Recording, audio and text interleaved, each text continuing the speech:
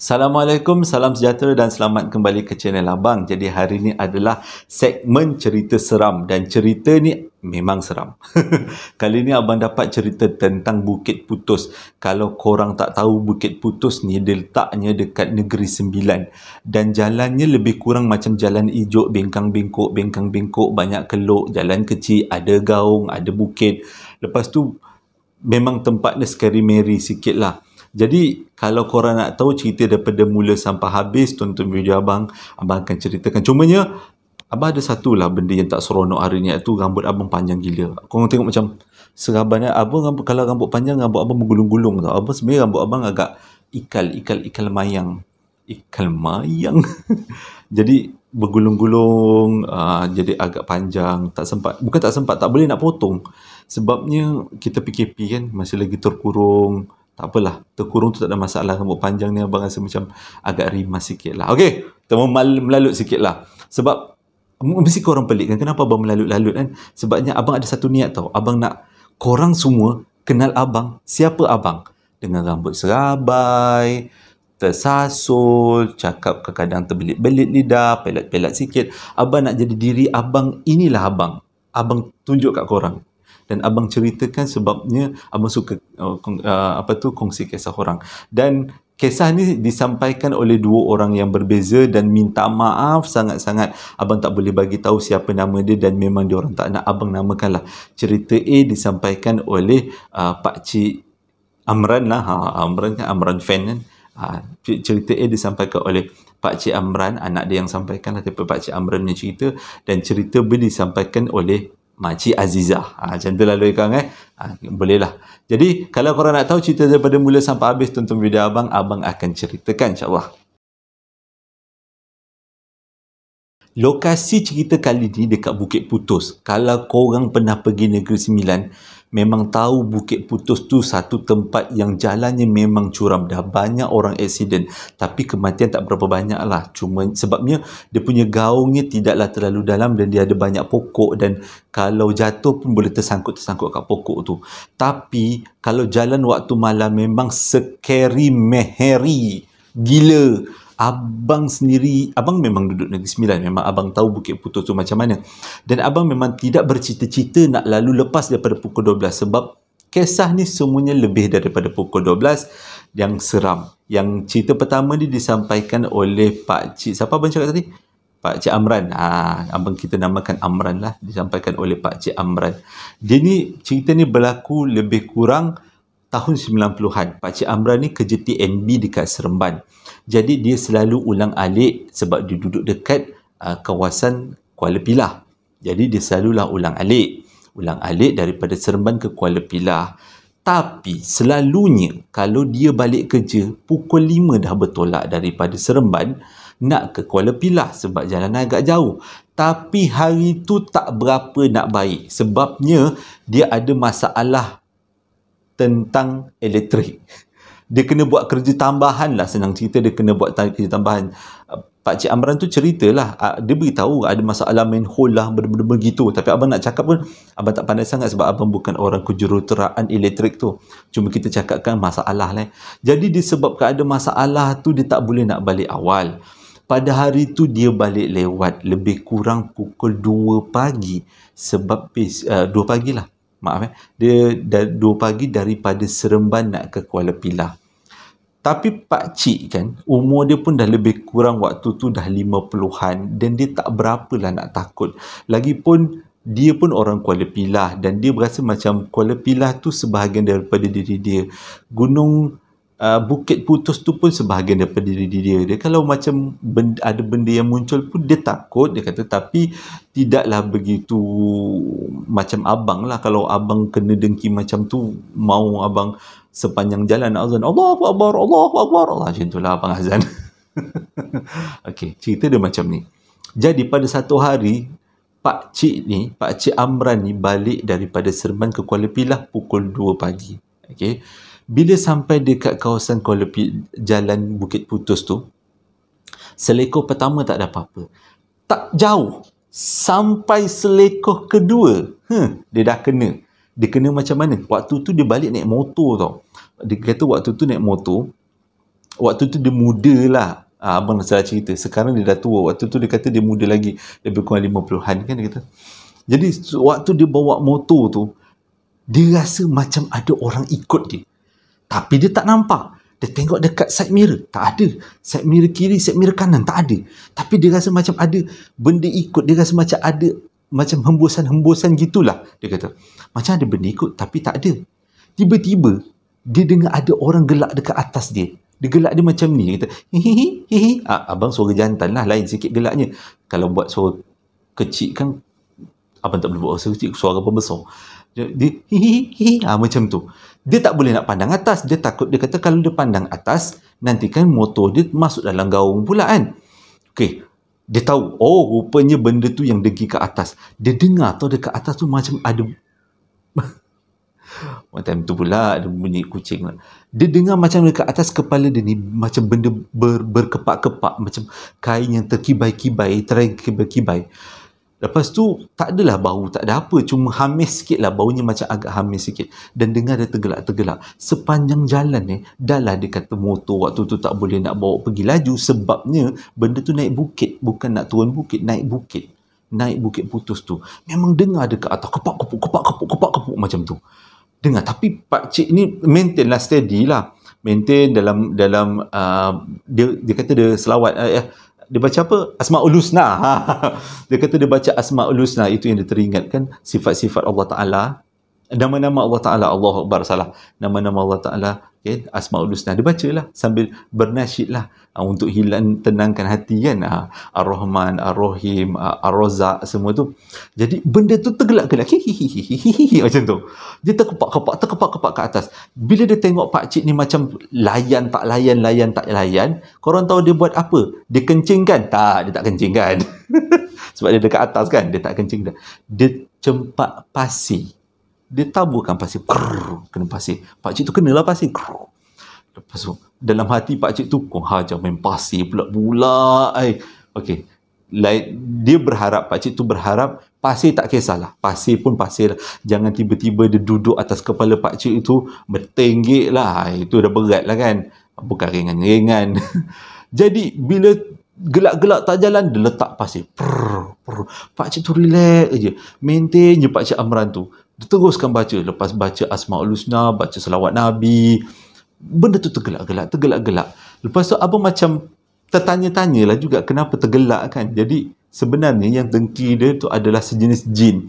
Kalau kita semua tahu, jin pun tahu tentang selawat Nabi. Jin pun, sebab jin tu pun makhluk Tuhan juga, makhluk Allah juga kan. Cuma bentuk dia lah macam Minah Rockers tu lah. Minah Rockers abang bagi Jadi terkepak sampai kat hujung jalan. Sampai sebelum hujung jalan, terkepak tu hilang. Masih korang kata, dah tamat ke? Tak tamat. Belum tamat lagi. Bila dah sampai hujung jalan, dia kata dekat-dekat dengan air terjun Ulu Bendul, kepak-kepak tu dah hilang. Pasir pun dah tak ada jatuh lagi. Tapi ada benda lain. Kali ni ekstrim sikit. Dia tompang kat belakang. Standard. Memang standard. Kalau ada benda-benda macam tu, kita buat motor memang dia tompang kat belakang. Bila tompang kat belakang, motor yang tadinya berat, double berat lah. Bila dah double berat, pakcik tu terus cakap, aku tak kacau kau. Kau jangan kacau aku. Aku nak pergi balik kerja ni untuk isteri dan anak-anak, cari rezeki. Jangan kau kacau. Kau pergilah daripada situ. Korang tahu dia jawab apa? Dia gelak. Hihihihi. Macam tu. Hihihi. Dia gelak lagi. Jangan kacau. Lepas tu bila pakcik tu dah cakap jangan kacau 2-3 kali, kau ingat dia pergi? Tak. Dia pegang dekat bahu. Macam ni lah. Kalau abang dah memang keluar lah, doa, segala doa, silap apa tu, doa punat pun abang keluar juga. Wa ilahu hukum je. Itu apa? Ayat kursi kan. Tu bila pakcik tu dia genggam kat sini, pakcik tu cuba kuiskan. Dia kata, pakcik kuis sikit lah. Tapi tak jalan. Benda tu genggam kuat. Sampailah pakcik tu dekat hujung jalan, dekat air terjun Ulu Bendul, barulah motor laju. Bila motor tu laju, barulah pakcik tu tahu yang benda tu dah terbang. Itu adalah macam mana benda tu dengki.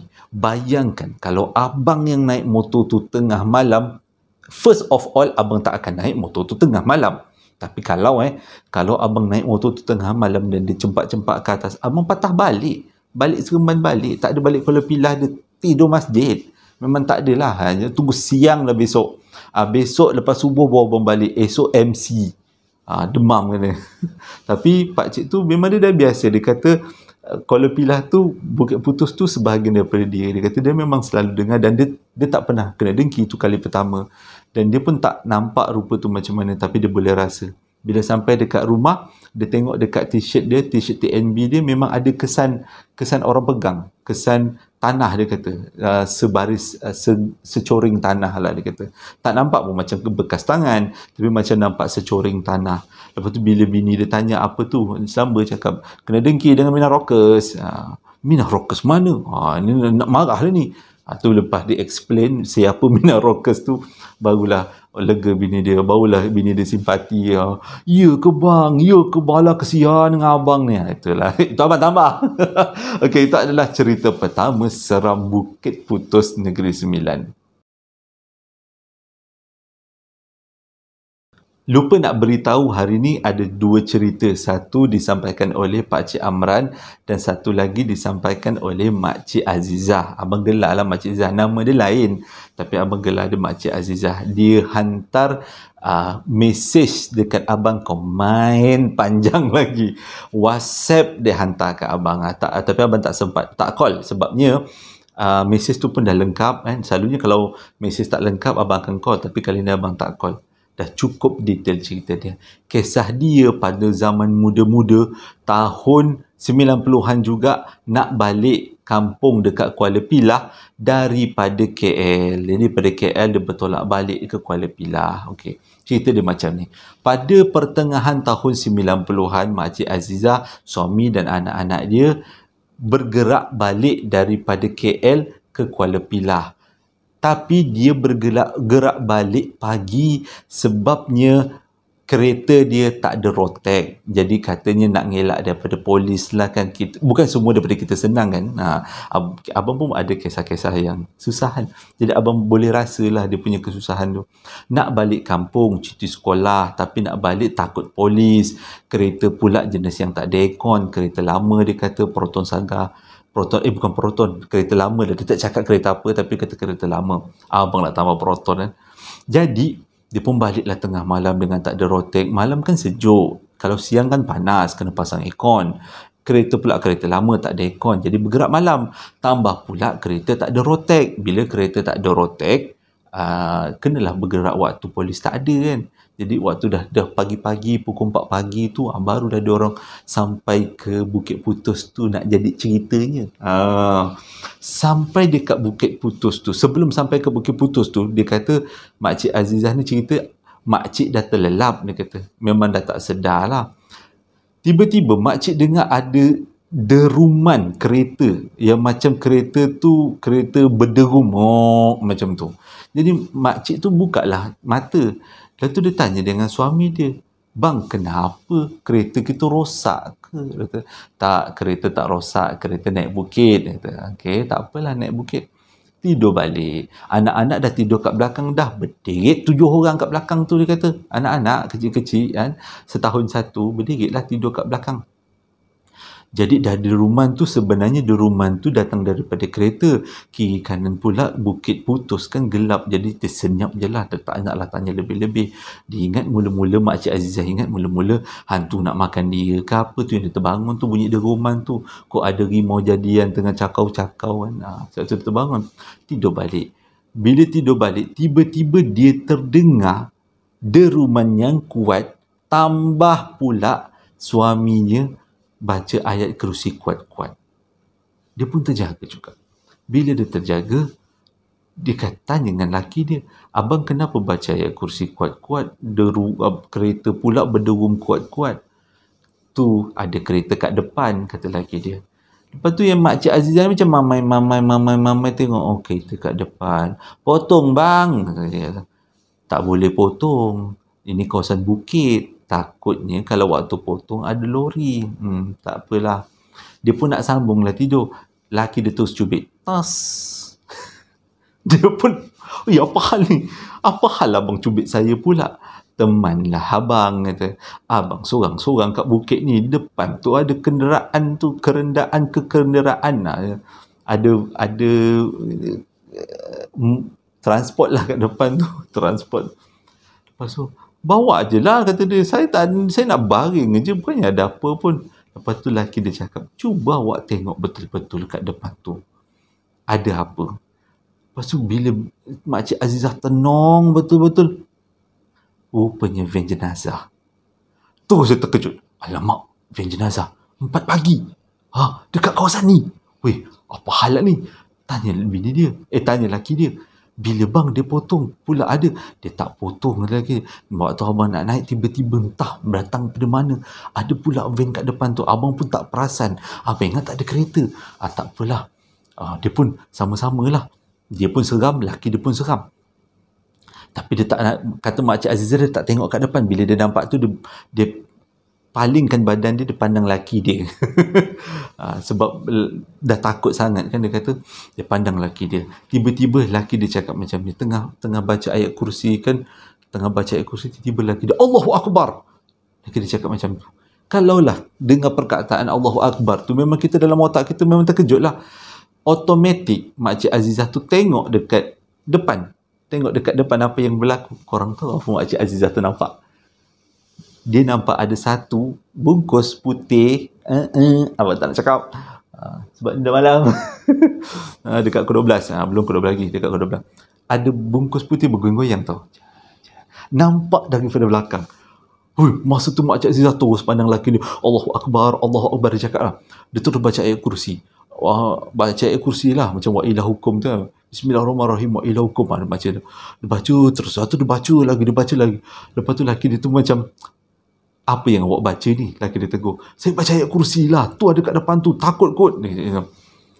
Awak baca wa ilah hukum, wa ilah hukum, wa ilah hukum. Itu je yang saya dengar pada tadi. Dah takut sangat kan. Kita kalau dah takut, kita dalam otak kita cakap lain, tapi apa yang kita sampaikan sebenarnya lain tau. Dah macam tu.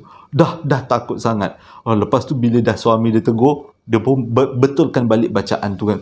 Wa ilahukum. Dah. Lepas tu dah tak ingat bacaan dia, kata makcik dah takut sangat lah katanya waktu tu. Dah ingat dia Allahu Akbar, Allahu Akbar, Allahu Akbar. Sambung je. Allahu Akbar sepanjang jalan. Jadi laki dia terus follow van tu yang ada benda bergoyang-goyang dalam tu. Dia yakin yang bergoyang-goyang tu bukan manusia. Yang bergoyang-goyang tu adalah korang faham je dah kan. Abang tak nak sebut. Dah dekat pukul 12 ni Kang. Kang nak tidur seorang kan susah. Jadi dia terus follow van tu sampai atas bukit. Tak boleh nak laju, tak boleh nak potong sebab takut lori. Lepas tu sudah tu menurun bukit pula. Ni pula kereta lama, kereta yang lama lah, kereta tua kan. Jadi bila menurun bukit tu, dia punya kereta tu macam mendekat, jauh balik. Atau mendekat, jauh balik. Main brake kat situ, tak nak dekat sangat. Dan setiap kali dekat, nampaklah benda tu goyang. Dan dalam van tu, ikut kata Makcik Azizah, terang. Memang nampak, dia macam buka lampu dalam van tu, van jenazah. Goyang. Kalau abang, ya Allah, mati. Kalau abang tak tahu, abang patah balik kot. Abang rasa abang patah balik tunggu kat Seremban, tidur kat masjid sekali lagi. Jadi tapi dia follow sampai dah turun bukit tu agak laju, tapi dia jauh-jauhkanlah jarak, dia tak nak dekat sangat kan. Tak nak dekat sangat. Tengah-tengah tu tiba-tiba dengar kat belakang, "Mama, tu apa?" Rupanya anak dia seorang dah bangun. Lepas tu mak cakap, tidur. Baring tidur. Tak nak. Ni, abang nak tahu apa benda tu. Kenapa dia bergoyang? Boleh pula tegur. Lepas tu, bila anak dia tegur, benda tu tak bergoyang. Tegak. Siut dah. Lah tu lagi dah Allahu Akbar. Dah macam tu lah jadi. Tapi tak lama lah. Selepas tu, lepas menurun bukit tu, terus sampai dekat kawasan air terjun Ulu Bendul. Dan van tu terus masuk bagi signal ke dalam kawasan kapak dekat air terjun Ulu Bendul. Okay, dan dia orang pun boleh potong lah van tu. Masa potong van tu memang tak tengok lah, dia kata. Laki dia tak tengok, dia pun tak tengok lah. Tak kau lah, dia kata. Kalau nak kena dengki, itu tak boleh tahan, dia kata. Lepas tu, tapi nampak daripada sisi cermin, daripada cermin sisi dekat kereta tu, van tu pergi dekat kawasan kapak dekat Ulu Bendul dan dia matikan enjin dan dia matikan lampu dan gelap. Dalam kawasan tu kurang lampu, dia kata. Gelap, terus gelap macam tu je. Dan dia orang pun terus pecut laju, akhirnya sampai kampung dan Alhamdulillah tak ada jadi apa-apa. Makcik cakap, dia sebenarnya, dia ni orang Kuala Pilah. Makcik Azizah ni orang Kuala Pilah. Dah memang tahu jalan Bukit Putus tu memang scary Mary. Tapi dia tak sangka itu yang dia kena. Dia macam bajet-bajet lah benda tu ada berkepak-kepak ke apa ke, melintas ke. Itu je lah kan. Tapi dia tak sangka macam tu. Mujur lah dia kata suami dia memang tenang, relax dan boleh handle. Kalau abang lah jadi suami dia kan, mau sepanjang jalan tu Allah. Dia jadi penakut kan. Tapi at the first place abang takkan lalu waktu malam. Dan kalau kereta abang tak ada road tag pun, abang akan redah juga waktu siang. Lantak lah, polis pun polis lah. Nak balik kampung je pasal kan cuti sekolah demi anak-anak kan. Okey, itu adalah kisah daripada Makcik Azizah. Kisah hari ni pendek je. Abang sampaikan 2 cerita sebab cerita ni pun pendek, tak adalah terlalu panjang. Tapi dia punya seram tu sampai. Sebabnya, pertama, Bukit Putus tu memang kawasan abang. Tempat abang. Abang memang orang Negeri Sembilan kan, yang membesarkan Negeri Sembilan, tahu tentang Bukit Putus tu. Dan dia dekat dengan hati abang. Bila abang dapat cerita ni kan, 2 cerita ni dah lama sebenarnya. Dan jarak cerita ni pun dah lama. Dan bila dapat cerita ni, menarik kat cerita ni. Walaupun pendek, tapi boleh rasa. Kalau orang nanti, tak adalah. Okey, terima kasih sebab dah menonton video abang daripada mula sampai habis. Terima kasih sangat-sangat sebab terus memberi sokongan ke abang. Dan hari ni abang punya subscriber dah mencecah lebih daripada 30,000 K. 30,000 orang kot subscriber. Abang tak tahu banyak cakap. Terima kasih je lah sangat-sangat. Itu je lah yang abang boleh buat. Abang doakan korang semua berada dalam keadaan sihat sejahtera. Dan pasal komen-komen tu semua, abang berusaha gigih reply kebanyakan daripada komen. Sebab abang nak, setiap kali abang baca komen, abang rasa dekat. Kita rasa macam tengah borak-borak kan.